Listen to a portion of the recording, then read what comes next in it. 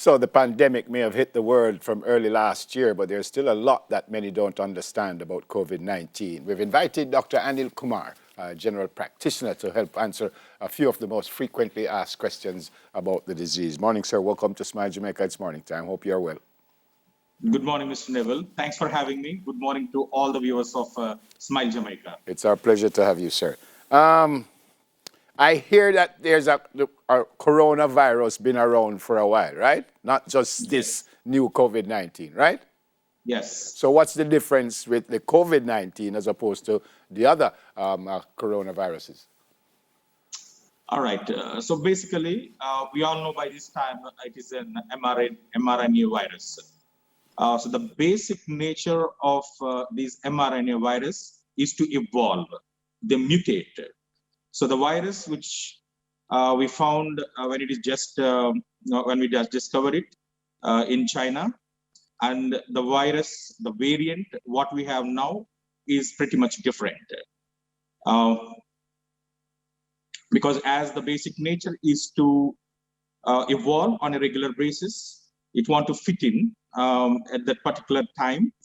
So what will happen is that it try to keep change. So what will happen, the virus really don't want to be deadly because it want to live, it want to transmit, it want a reservoir, it want a host. So in the process, it keeps transmitting, mutating. So the variant, and during this time, we have seen a changes, different variants have been coming, changing in. So the variant right now, what we have is the Delta variant, which found to be more infective than the previous variant. So we have keep changing as alpha variant, beta variant, and now this Delta variant, which was found actually in India. So far it is the cause of variant because the R factor. So we consider the R factor as an infected person to how many more persons he can infect. So it is alarming that this particular variant, the Delta variant, is a cause of concern because the rate of infectivity is significant. Yeah. If you look at the vaccine, and I think one of the reasons a lot of people are skeptical is because what they think how quickly the vaccine was put together, for want of a better phrase. But if the coronavirus been around for a while, would you not have a vaccine for that? I say it's a good question, but if you realize, we all know about the flu, right? Its flu is there for decades, and we advise patients to take the flu vaccine every year. And it is not the same as the previous year because the flu also keeps changing, right? It also keeps mutating. So we advise them to take it because the basic idea in advising patients to take vaccine is to prevent the seriousness of the illness. That is important. If it just passes through like a breeze, like a mild illness, there will be no issue. But the problem here is a less percentage of patients who can get into the severe illness and eventually can die. Yeah. So in this scenario, even though, because I know presently there is a lot of debate about this vaccine, that once we are vaccinated, why have been having the breakthrough infections? Yes, we understand. But the icing is that, basing on the reports emerging, all those who are vaccinated are being least affected. Even though they're having breakthrough infections, they're having only mild symptoms. It is very rare that they're getting into the severity of the illness. That is important. That's by reducing the hospitalization as well. That is more important we have to watch. Yeah. If you got the virus, how quickly should you take the vaccine? If you already got the virus, I personally believe it is better we wait at least 3 to 6 months. Why? Because basing on the reports, they say once you get, yes, we develop some natural immunity once you get infected. But basing on the reports, they suggest once, even though you got infected, take some time between 3 to 6 months and get vaccinated as a booster. It helps as a booster.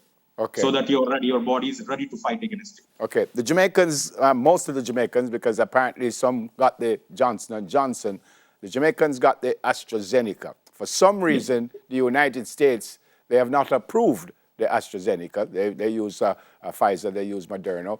Why would that be? Do you know the reason a country like the United States would not approve the AstraZeneca? All right.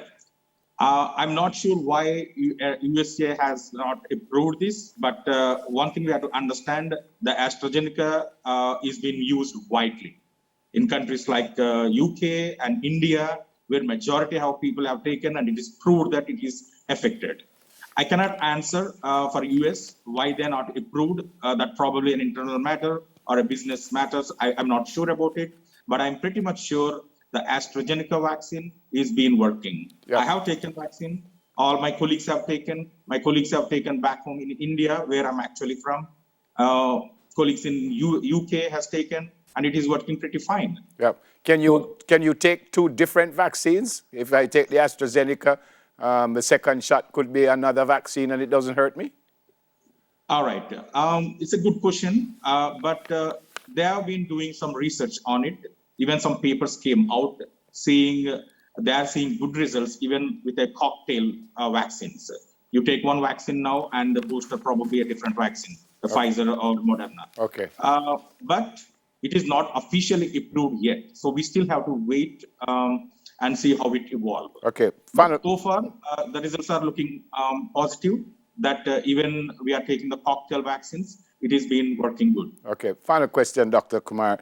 Is the virus in the vaccine? No. I know that. I'm glad you asked this.